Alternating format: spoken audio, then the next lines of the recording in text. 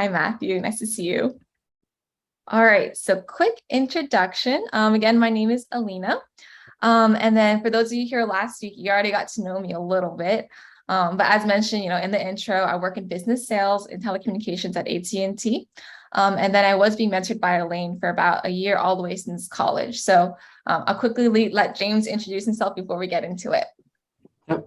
Hi, as you all know, my name is James. I've been living in Houston for the past 2 or 3 years, and I'm a financial analyst at Chevron. So that's what I've been doing with my time after college. And today we wanted to share with you a bit of our journey and what we've experienced and what we've learned related to finding the one, especially in today's crazy world, 2022 and beyond. So as a brief introduction, Alina and James, we first met online, but after 3 days of chatting, it didn't work out. But a year later, she showed up at my church in my small group, and we proceeded to not talk for another year. But then we'll go more into our story later, but we ended up talking because we were planning a church event. And now here we are getting ready to get married in 2023. And as a brief aside, if you can see in our pictures, we did our pictures on purpose. Alina is very smiley and I'm very serious. So we have very different personalities. And as you all get to learn more about us, you'll begin to see exactly how we differ. Yeah, we're pretty different. You can already tell from the pictures. And also, hi, Morgan. I see you on camera. It's nice to see you. Okay, next slide. All right, so before we start, we're going to tell you guys a little bit more of our story later. We'll get in depth in that.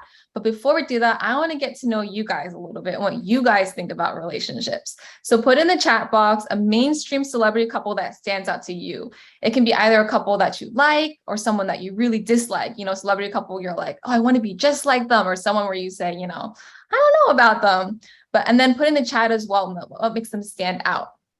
Okay, so you guys have I said 5 minutes, but you guys can do as quickly as you want. So I'm looking in the chat to see who's there. Your favorite couple that you like or dislike. Waiting for you guys' responses. No idea, Morgan says.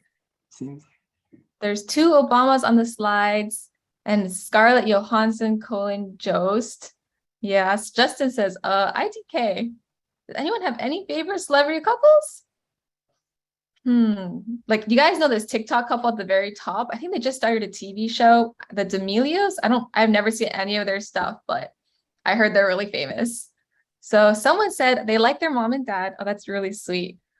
Sunny said that they like the people that care about each other, but never tell them, but use details to tell them. So meaning they really just care about each other. Matthew doesn't have any favorite couples, neither does Ruth. Seems like not a lot of people really care much about couples. Anyone have any couples that they like? Or it can be someone that you're you don't really like either. What about you, James? Do you have a favorite couple? Favorite couple? Let's see. I know Barack and Michelle Obama, I think were very popular. They handle themselves very well and treat each other with a lot of affection on screen. So yeah, I think they're a good example.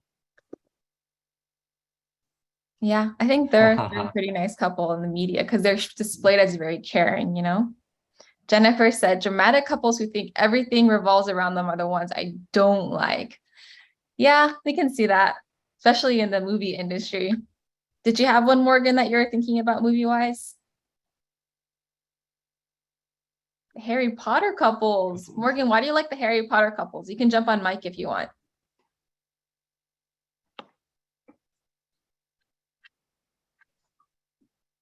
Matthew says he sees the Spider-Man dude on the slide as well. Yep, so these are all popular couples.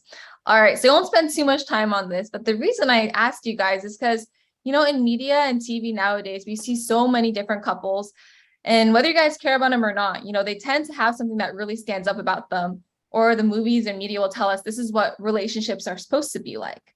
Oftentimes you see on TV, they're saying, if you're a good couple, you're supposed to be super lovey-dovey in public, or you're supposed to never fight, things like that. James, can you go to the next slide? Oops.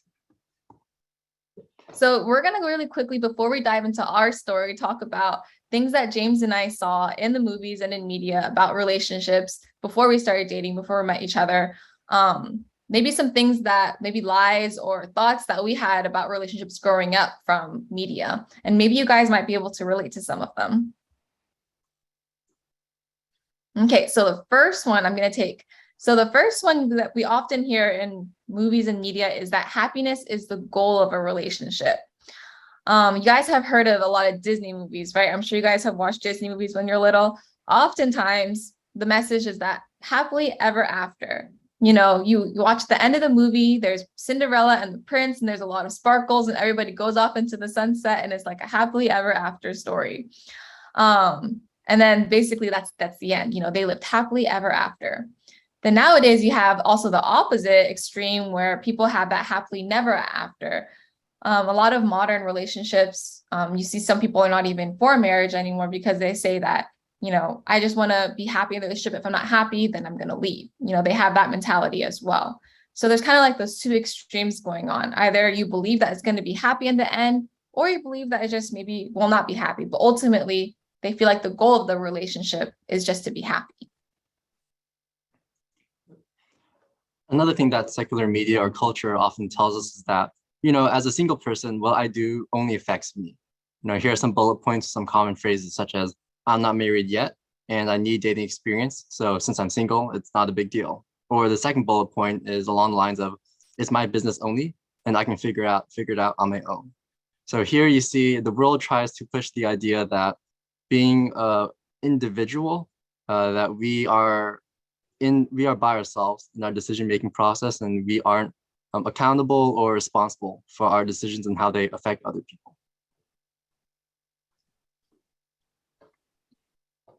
And then lastly, there's one more phrase that you'll probably come across, either exactly like this or not quite. But the idea is that there's always someone potentially better out there. Today, we have so many apps, so much social media. It's really easy to see a lot of people, to compare a lot of people. And sometimes the fear that society may tell us, or your friends may even tell you, is that, you know, what if someone else is better out there? You know, what if the person that you like right now is not the best one for you? And so the other kind of phrase you might hear a lot in relation to this is that, you know, the grass is greener on the other side. Yeah, kind of building off of that, you know, we have so much social media nowadays where there's always something, notification, all these different likes, like bleeping in our faces. Always feel like there's a lot of comparison, always next best things. So sometimes that applies to relationships as well. People are always looking for something better. Okay, so we're gonna put all of those thoughts, just wrap them up in a bundle, keep them there. And first I'm gonna switch over and dive into my own story. And I'm going to share my story and talk about how I actually fell into some of those lies or some of those thoughts when I was younger, when I first started dating, and how that affected me. But before I share my story, we always want to go through a quick SWOT, right? So you guys can see how it applies and get to know me a little bit for those of you who weren't here last week. So quick run through for my SWOT, just to know who I am. And again, it really helps to know who you are so that when you're thinking about things like, you know, the message that you were talking about earlier or how you're going on in life, it really helps to know what your strengths and weaknesses are, you know, so you know how you can grow. So for me as a person, my strengths is that I definitely am a big person on communication. I love anything communication related, if that's writing, public speaking, you know, video, anything like that. I love communication. I tend to be a very big picture thinker, meaning that I always like to think about the why. I see the big picture behind things. I also really like to turn thoughts into action. So I really like to get things started. You know, I'm like a go, go, go kind of a person. So opportunities with that is that, you know, in church, I really like to help with fostering community, help plan events and, you know, unite people together. For my job, it helps with organization, and with friends and family, having really intentional relationships and quality time. But then my weaknesses, you'll see it kind of is in a similar vein where oftentimes our weaknesses are our strengths unchecked, you know, or too much of our strength on the opposite end. So because I can be so big picture in my strengths, sometimes that means that I miss out on a lot of logistical details or the little fine details. Or because I'm an activator and I really like to get things going and I'm always like to be on the move, then I might be a little bit demanding of others and myself, or maybe I have a tendency to worry and not be very good at rest. So the threats with that is, of course, you know, if I'm always on the move, always go, go, go, I might not always be as safe to people around me because I might not be as empathetic as I could be. Or because I miss details, I waste time doubling back and having to check on the details again. And then, of course, one really big problem that I had was, not trusting God because I had a tendency to worry and then try to take things into my own hands a lot and put worth in my own actions. So on that note, that's actually where my story kind of relates. And again, also relates to the PowerPoints we were talking about earlier with those points on relationships. So my dating story, this is the fun part. I actually did not date all of high school. And no regrets about that. But I had my first boyfriend in the second half of college when I actually started dating seriously or having an intentional relationship. But with that, I think that because I had, my threats with my weaknesses, that I tended to not trust God and I really wanted to do things myself. Even though my family and my friends and even my sisters said that, I don't think that this is necessarily the best person for you. Maybe it's not the best fit. I still want to try to do things myself. I didn't really see God in that relationship. And I really tried to, think about what my definition of a good relationship was. In that I kind of fell into that thought where, it's my relationship, it's my business, I can figure it out myself. So we dated for about a year and it didn't work out, and realizing again, like, the people that had spoken into my life were right. And it really wasn't the best fit. Looking back though, after we broke up, I realized that I wasted a lot of time in that relationship, in a sense that because I tried to do things myself, I had a lot of worry. Because of that, then again, I wasted time, and it wasn't the way that I wanted to go about relationships, and it wasn't the most edifying way. And afterwards, I made that resolution that, from here on out, I wanted to do things differently. Instead of just trying to do things myself, trying to figure it all out, think that, it's all about just me and that one person trying to figure it out. I really want to be intentional for the next time around, to really bring in godly, wise counsel, bring in my family, bring in people that I trusted to have a more intentional relationship going forward. And from then on, instead of just trying to put it all in my own hands, I actually started praying for my future husband for the first time by myself. And I prayed a lot for about a year. And during that time, I worked on my career, I served in church, and I invested in family and friends, and Nina, my little dog. I actually have a white dog named Nina. She's somewhere around here. But yeah, so in that time, after I broke up with my boyfriend again, I began praying. But in the meantime, I lived my life. I worked on my career. I had a lot of busy things going on. I served with the youth in my high school. But I just decided that I really want to do things differently the second time, instead of just trying to do things my own way. So moving on to my story, real quick. Also, I noticed there are a couple of chats. I just want to check real quick, see if anyone said. Okay, cool. So moving on to my story, I'll also go over my SWOT real quick so that y'all can get a bit of a better idea of who I am and how Alina and I are very different. So going off first with my strengths, I'm very physically caring. And unlike Alina, I'm also very detail oriented. So those are the two main features I think that stand out about me.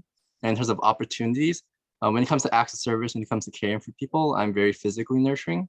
And also because I'm very detail oriented when it comes to planning logistics for ministry events or for other events, that's something that I'm very good at. I like making sure things run on time and so forth.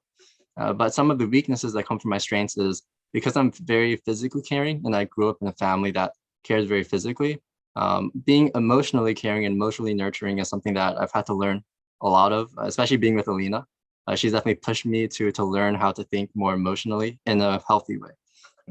And other weaknesses is that because I am so detail oriented, oftentimes when it comes to looking at the big picture, like stepping back and taking a broad overview, that's something I'm not as good at.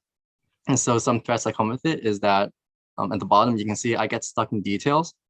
So that oftentimes requires, conversations with Alina or other people to get a bigger picture idea so I can understand the situation and the different perspectives. And on top of that, because I'm very physically caring, sometimes I can answer or talk to people very pragmatically, kind of ignoring the emotions or just not understanding the emotions. And so that's another threat that can result in people feeling hurt. And also real quick, before I talk about my dating story, you can see I have a black cat at the bottom. So Alina has a white dog, I have a black cat. So that's just another physical example of how we're very different. All right. So my dating story is in some ways somewhat similar to Alina. I didn't date in high school. There's Nina. All right, this is my dog, everyone, my little white dog. All right, sorry, James, continue. Okay. So I did not date in high school, but then I had my first relationship also in the second half of college. At that point in time, I regularly attended my campus ministry, but the girl I was dating was non-Christian. But my justification was that, she's a good person, right? She's kind and caring. So what's so wrong about that? But looking back, when you talk about marriage, when you talk about raising kids, there are a lot of questions that come up related to faith, such as, what is serving in ministry going to look like? How about tithing? Or how about raising children and how they get involved in church? So these are questions that in the moment you don't want to think about, or I didn't want to think about. But looking back, they are really important questions because the person you marry is the person you'll be spending decades and decades with. And you do want to go into marriage with the same values and same priorities. And so during my dating relationship in college, we broke up and got back together a couple times actually.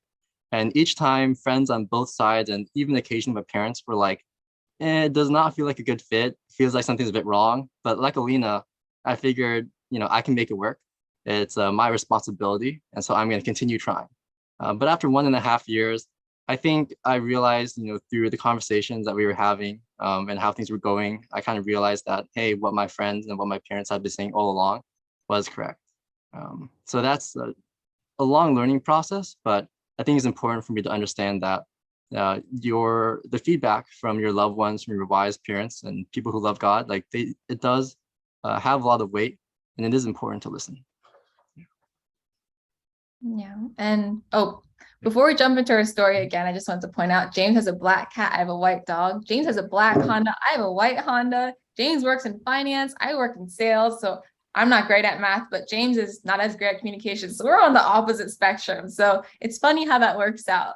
But I think we both had a really similar story where we both tried to do things much on our own, maybe in our own stubbornness or pride. And afterwards, you realize, we had to do things a little bit differently. Okay, next slide. All right. So moving on to our story, I'll let Alina share first. Ladies first. Okay, so for our story, how we're going to do is I'm going to jump off each of these slides. You guys know I love pictures. I think they're a lot of fun. So I made it a comic strip for you guys. But how we're going to do is I'll share the beginning of each one, and then James is going to fill in the details with his perspective. Okay, so let's rewind. Okay, so after graduating college, I had broke up with my boyfriend. I actually met James online. We can talk about, how that kind of thing in a whole nother conversation. But essentially met online. We talked for about 3 days. Nothing really happened of it. And I think the conversation just died out. And then flash forward about a year later, I joined a new church. And in my small group, lo and behold, was this guy that I had met, a year ago. But again, nothing really happened. So it wasn't a big deal. And we just didn't really talk in our small group. We had our own friends. Mm-hmm. Yeah. So just to touch on a couple of details. We chatted for like 2 or 3 days. And then if I remember correctly, Alina stopped replying. But anyways, at the time, I didn't take it too seriously because I think maybe for a lot of people, people not responding is kind of a normal thing these days. But then a year later, Alina showed up in my small group and I immediately knew who she was. And I figured I don't want to be awkward at all. So I reached out to her on GroupMe. I was like, hey, welcome to small group. I hope it's not awkward. And Alina was like, oh yeah, it's fine. Yeah. So we didn't talk for a whole year. About like half a year after we were in small group, one day there was a small group event that was going to happen at my house. Actually, in the picture, that's my stairway in my house.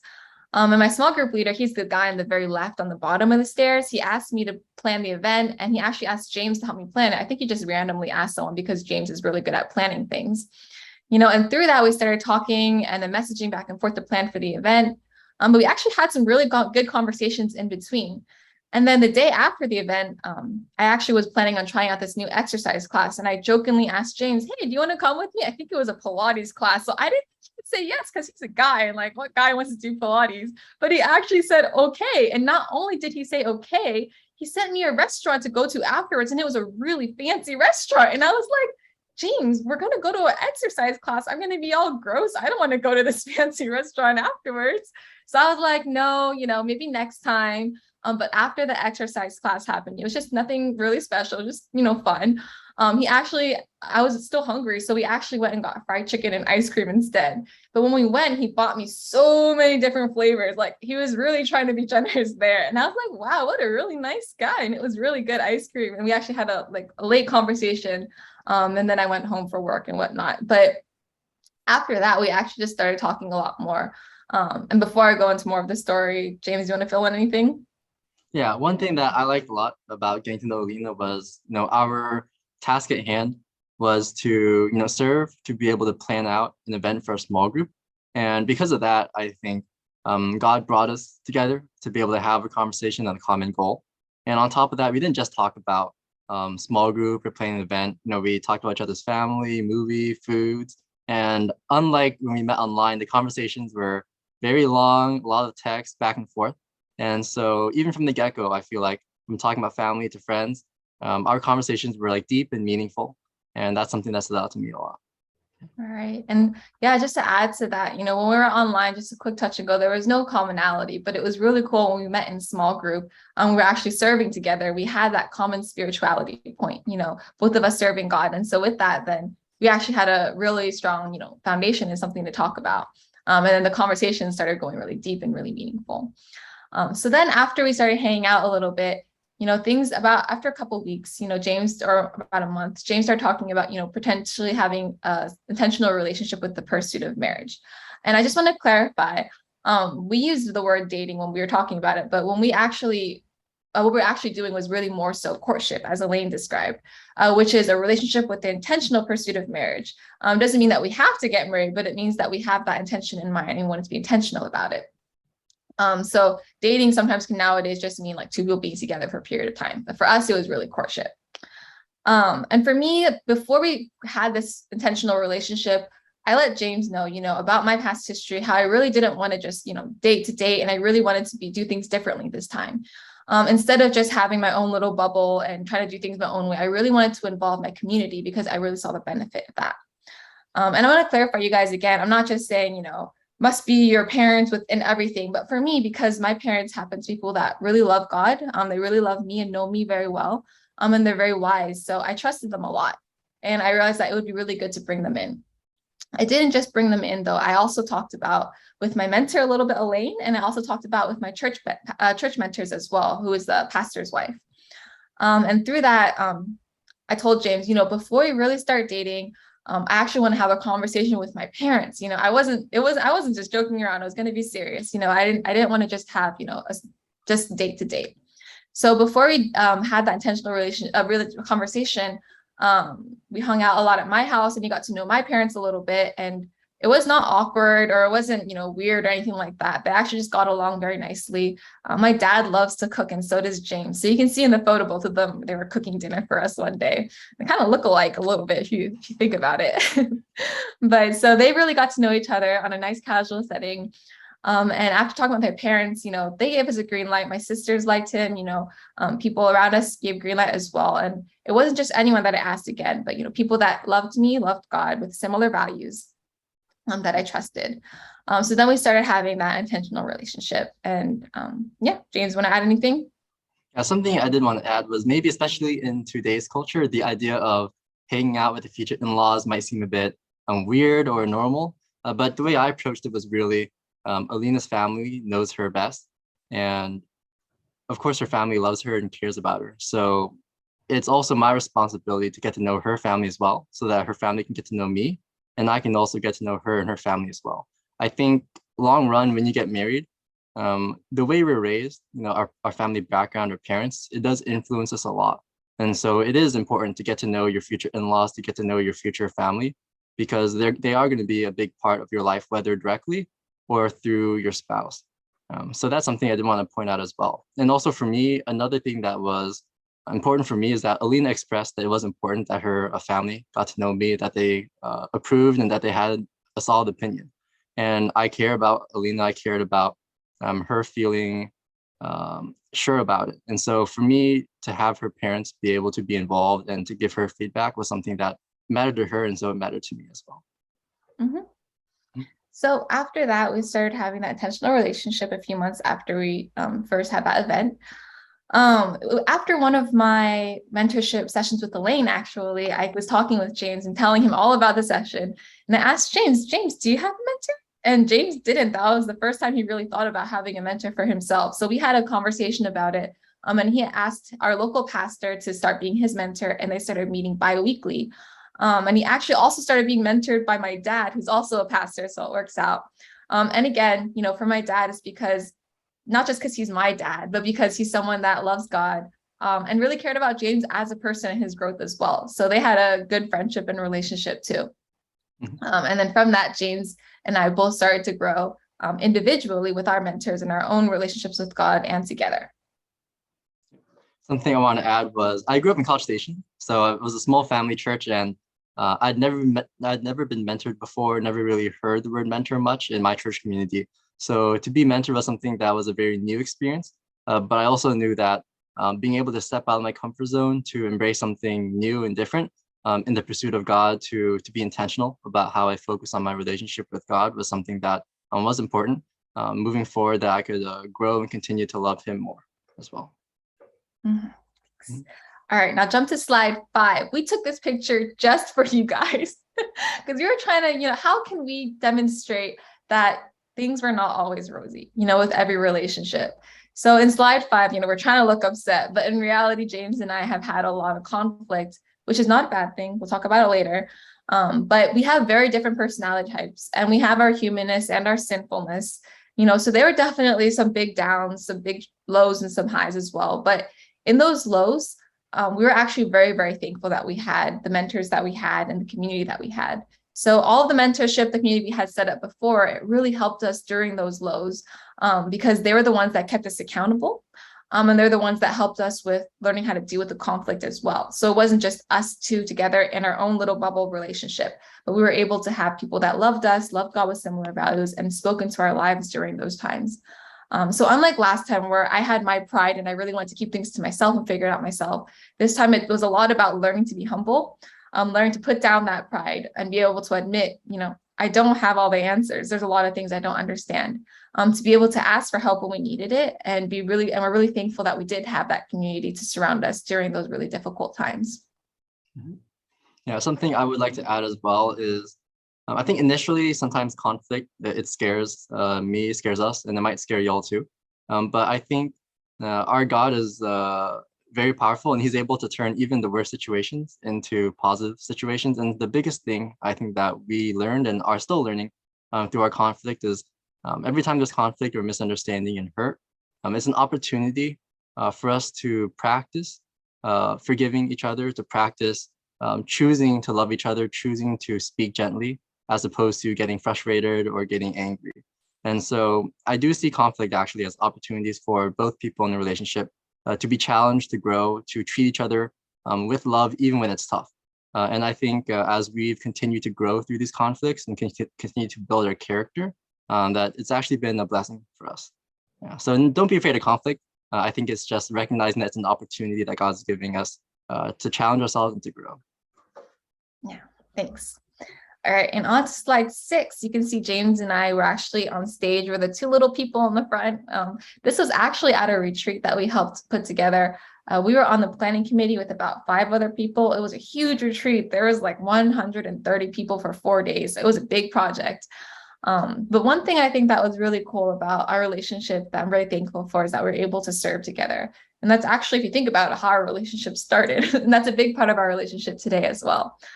So we served together in the young adult ministry and on this retreat, church retreat.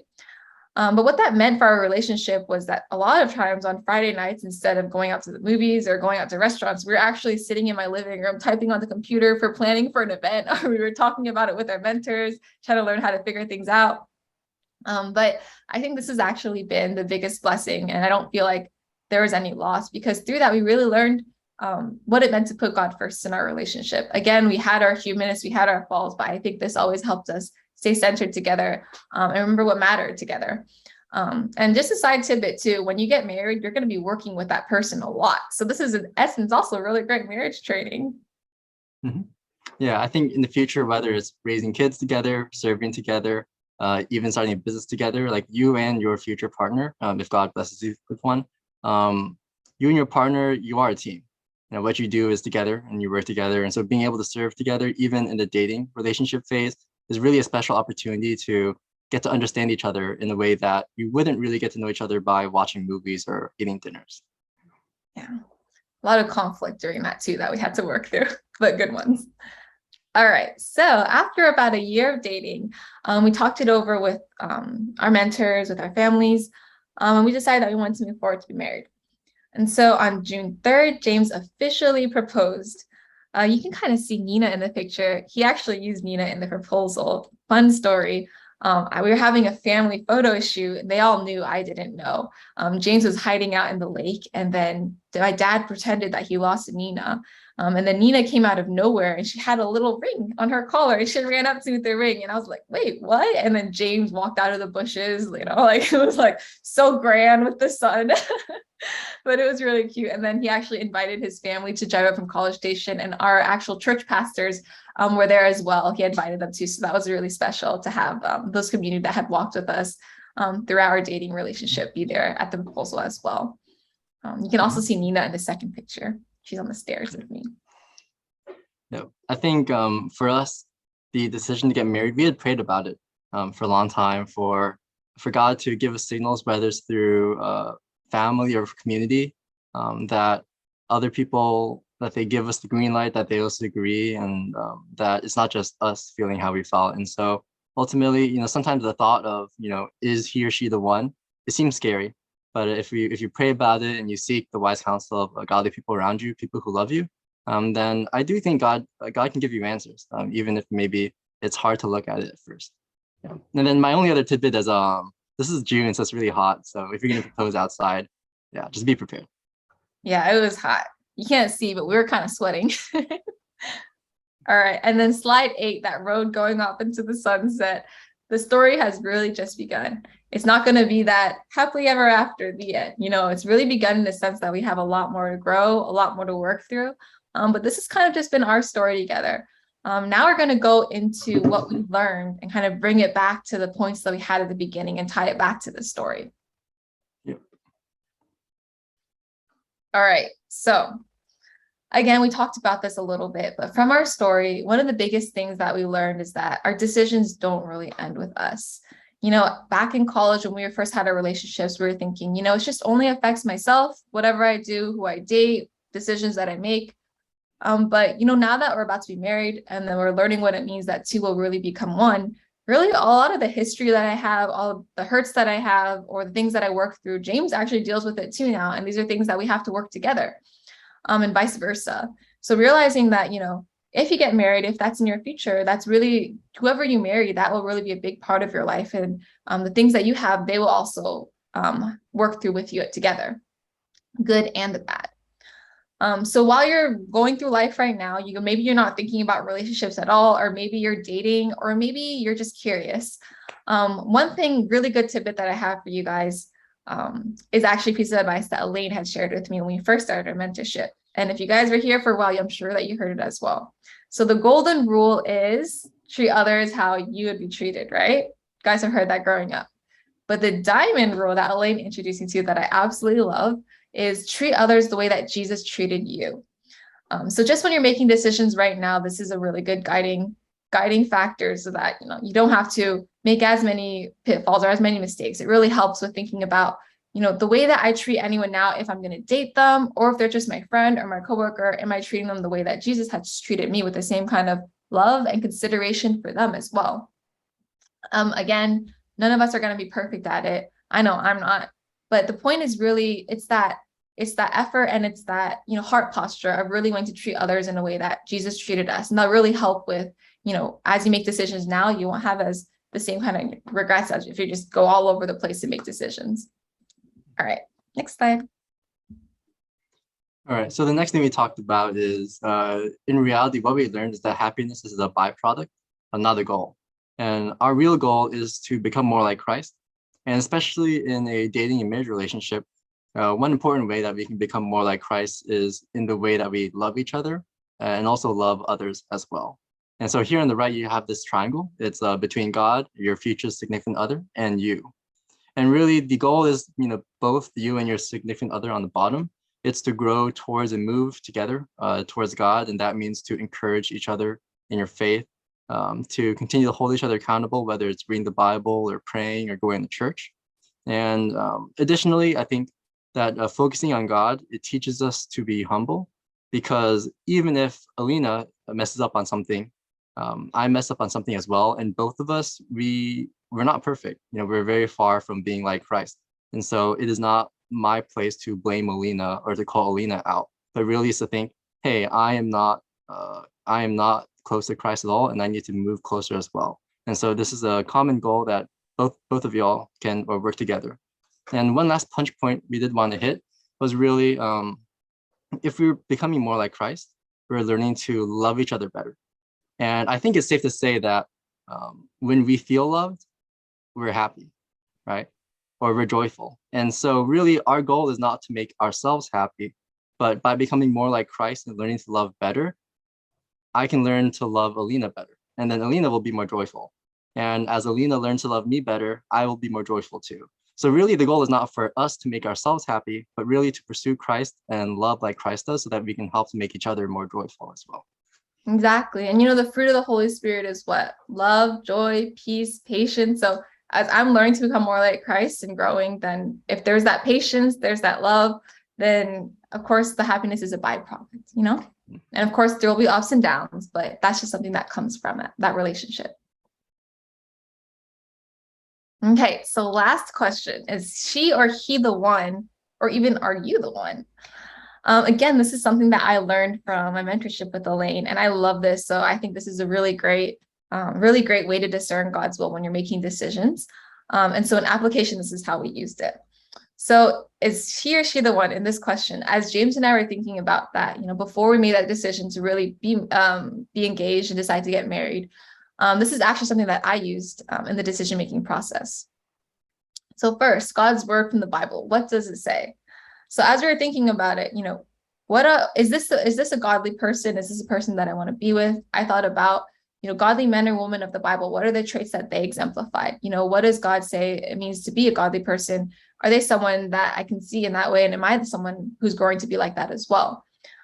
Secondly is seek first the kingdom of God and his righteousness, and all these things shall be added unto you. Matthew 6:33. So for James and I, using verses like these as we were serving together, putting him first, even though we had some downs, always coming back and putting him first. I think that really helped us with guiding our relationship and growing together and having peace as we were moving forward. So God's spirit, pray, and God will give you peace and confirmation. On that note, we did pray together a lot about our relationship. We prayed together a lot in the mornings before we go off to work, or sometimes before we go to sleep. We would just kind of do a quick prayer together, and individually also prayed about the relationship as well. And through that, we really did feel a lot of peace about the relationship moving forward, even though things might seem a little bit fast from an outside point of view. Technically, we only knew each other for 1 year. But I think praying about it together, praying about it individually, feeling that peace in our hearts really helped with the confirmation. And God's people, bringing in our local pastor and our family into this. They really supported and they guided us. So, I can't say what everyone's family or parents are like, but I think the big punch point I want to give you guys is just the people that, love God, people that love you and know you very well. These are the people that you want to bring in. It could be your local pastor, it could be your aunt or uncle, someone that you really trust. I think that it's really important to have that community so that whenever you do get in a relationship, you're not just walking on it by yourself. And it's really important to have these kinds of people who can keep you accountable and be able to walk with you during this process so that when you have the downs, they're there to support you. And when you're the ups, they celebrate with you as well. So it really helped for us when we were discerning, is he or she the one? They helped give us confirmation. God's circumstances. So for James and I, we graduated college, we're working, and we're in a good place to be able to get married. So I think for timing wise, things were all right. It was a green light. And for God's sovereignty, again, sometimes I wake up in the morning and I'm thinking, wow, I'm getting married in 4 months. And my heart goes a little fast. It can be a little scary. But I think trusting in God's sovereignty, knowing that, through the ups and downs, God has carried James and I both. And now going forward, we can trust that God will lead us one step at a time. We don't have to worry about tomorrow, worry about what's going to happen in 4 months. Just take it one day at a time, and trusting that God will take us through each day. So for us, these are really the discerning factors for us when we were deciding if we want to get married or not. Anything you want to add, James? Nope, I think you covered it. All right. So this is a verse that we want to leave you guys with just to kind of tie this all together. Trust in the Lord with all your heart and lean not on your own understanding. In all your ways, submit to him, and he'll make your path straight. I mean, if you guys grew up in church, I'm sure you heard this verse quite a bit growing up. But if you look at it a lot more deeply, I want to challenge you guys. Look at it, observe it, and there's actually a lot of depth to this verse. What does it really mean to trust God with all your heart and lean not on your own understanding? You know, I didn't do that in the past, but what does that mean to really do that now? What does it mean to really submit your ways to him, meaning to obey him? And what does it mean that he'll make your path straight? Essentially, you know, not everyone may have marriage in their future, but if that is in your future or not, you know, God will make your path straight and he'll direct you where it is that you need to go. So in the end, God knows what we need more than we do. And if we trust God, he will lead us to that person or whatever that path that he has for us. So we just wanted to say thank you for listening, and we were so glad to be able to share with each and every one of you. And we also hope that what we shared, that it's able to speak to you in your own way, so that it can be beneficial and helpful for you in your future, whether it's dating or something else. Thanks, guys. Wow. What a remarkable story. And I am just so inspired and have learned so much.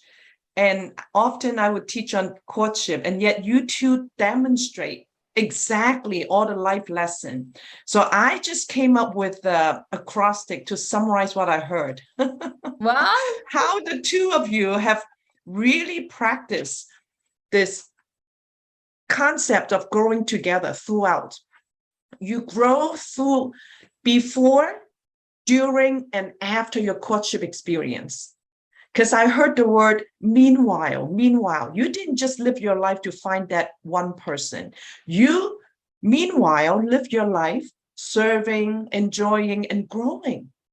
God is preparing each one of us while he's preparing the other person. So you didn't just wait and focus on courtship and find the right person. You were growing throughout. And you grow even through your conflicts. You grow through doing life together. You practice serving, cooking, cleaning, you know, all the different things. I love that. And then you have a real intention for marriage. It wasn't just for fun. You were clear, that's the end goal. If it didn't work out, that's fine, but that's the end goal. It wasn't just going and coming kind of thing. And I love the term when I meet with Alina on our one-on-one. She always used this word, the right heart posture, meaning your mindset and your attitude, very important. And then you truly practice the real joy, right? Happiness isn't the goal, but it's the outcome. You put Jesus first, others second, and you last. And I see you have real joy in your courtship experience. And then you're very open-minded to all of God's people who love God, who love you. That is so encouraging, very wise. And finally, you walk with God humbly together. I saw so much humility in both of you, because you change from self-centered, me, myself, and I, and thinking what I want, to really Christ-like and humble. And you pray together, pray with others, and pray with God, to God, and you complement each other. The two of you couldn't be any more different. Black and white, that was hilarious. And I think that's special because you didn't see each other's differences. You appreciate each other, I believe, and you complement each other. So that's a powerful principle. We don't want to just make the other person the same as you. Why are you not faster? Why are you not looking at the detail? But you really appreciate and build each other up.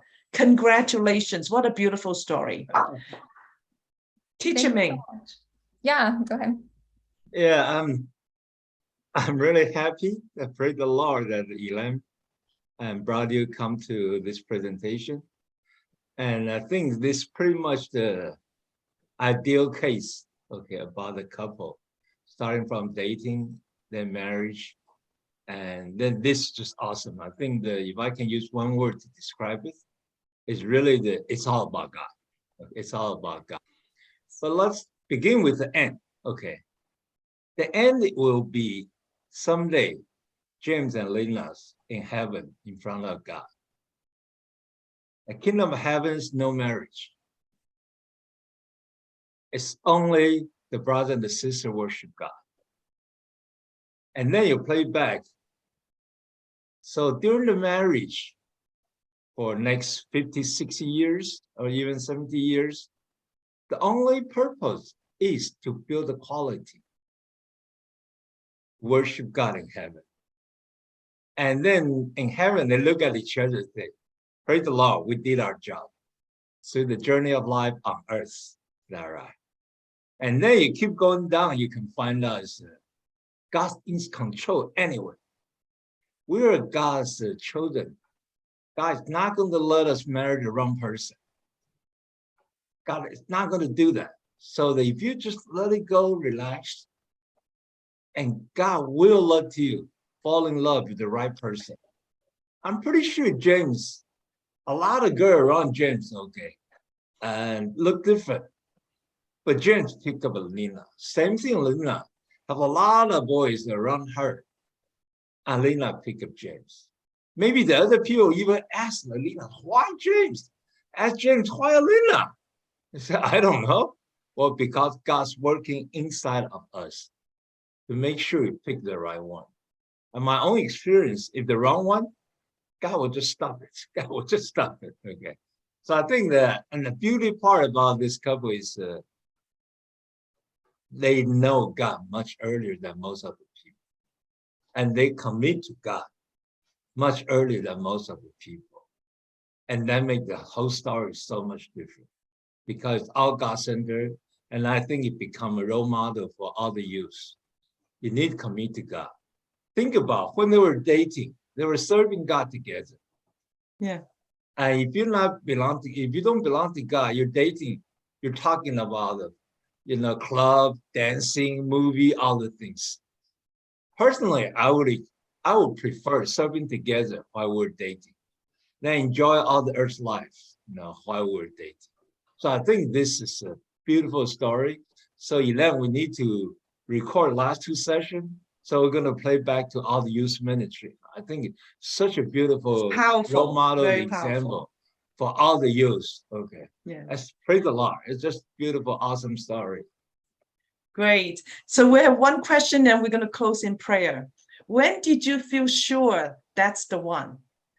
Perhaps, what is the criteria? How would you know? And did you have a similar timing when you both know? You're on mute, Alina. Yeah. Sorry, I always mute myself.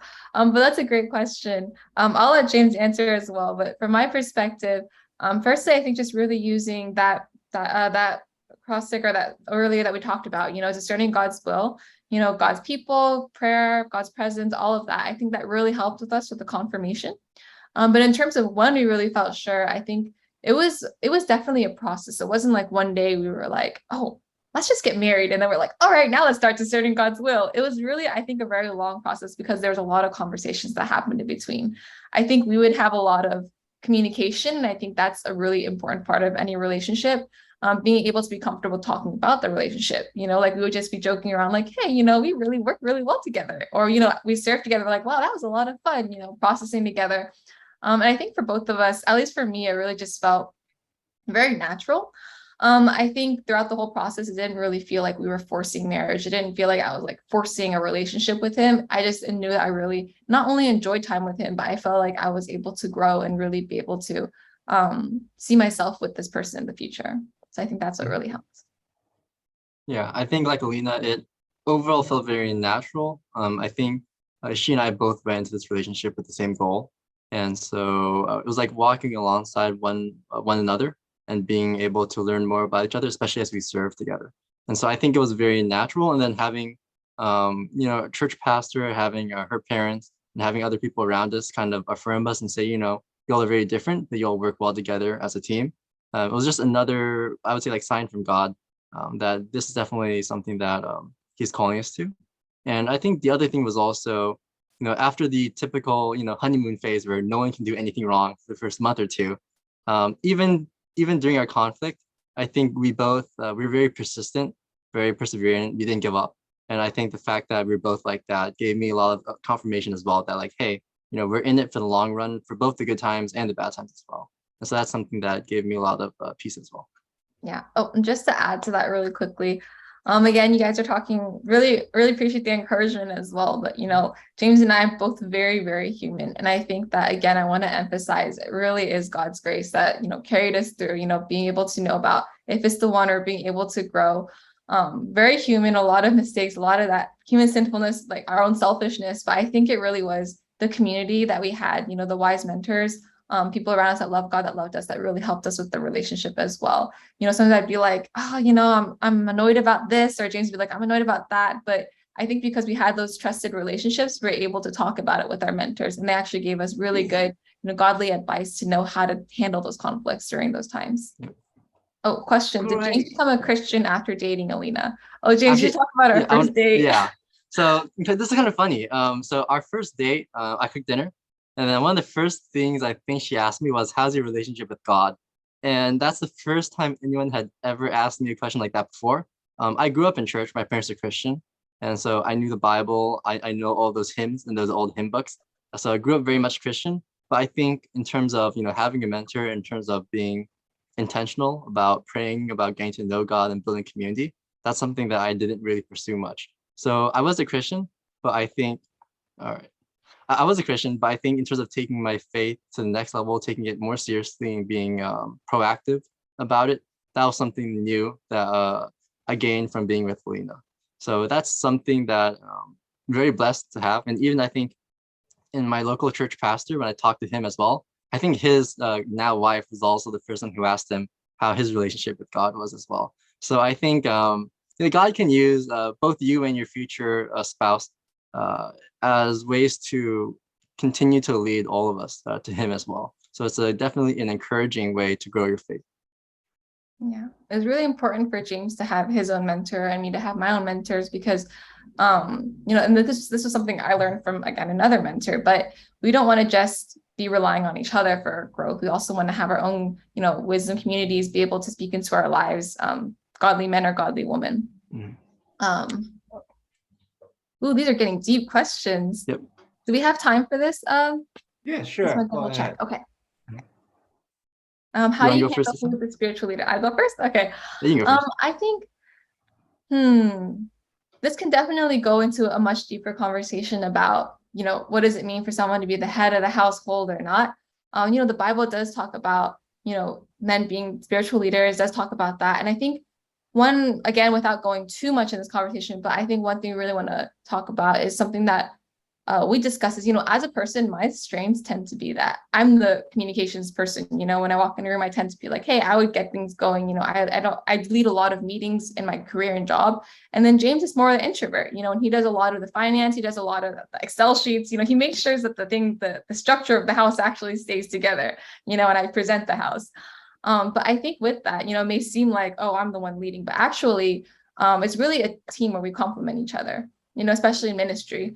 The Bible talks about two becoming one, and if there's one, you don't really see like one part of one leading the other. It's really one moving together. So with us, it's like I have these strengths, James has these strengths, and we just complement each other and we work to make decisions together. Mm-hmm. So when it comes to leading, I think we lead with our different kinds of strengths, out of our different strengths, and we help each other grow and vice versa. So it's not really like a competition of who's leading or who's not, but really, I think working together to make those decisions. Mm-hmm. But I have to. I think there are plenty of times. Sorry. I have to make one comment. The most important thing, if the couple is committed to God, and the Holy Spirit is in control. So in any situation, Holy Spirit is the leader, and they will know that. Okay, they know that because they just know this is a decision from the move from Holy Spirit, and they both have the peace and joy. So sometimes Holy Spirit can move one side or move on the other side, either James or Alina. But the bottom line, Holy Spirit will always be the leader for us. Yes. Yeah. Awesome. I think. Any other questions? Oh, I did want to touch a little bit on this question as well. I think there's something I just wanted to add last real quick is as a spiritual leader at home, for example, I do feel like it's my responsibility to grow and what it means to be patient and gentle. So I think as a leader, whether it's for Alina or for my future kids, and no matter how frustrating or how stressful times may get, if I'm going to be a good leader, what that means for me is to handle situations with gentleness and love and kindness and wisdom, no matter what happens. And I think leading by character, leading through how we treat other people, is a very important part of what it means to be a leader. Very good. Again, let me remind everybody, we have to start, begin with the end in mind. Okay. So the purpose for the marriage is to build each other in heaven.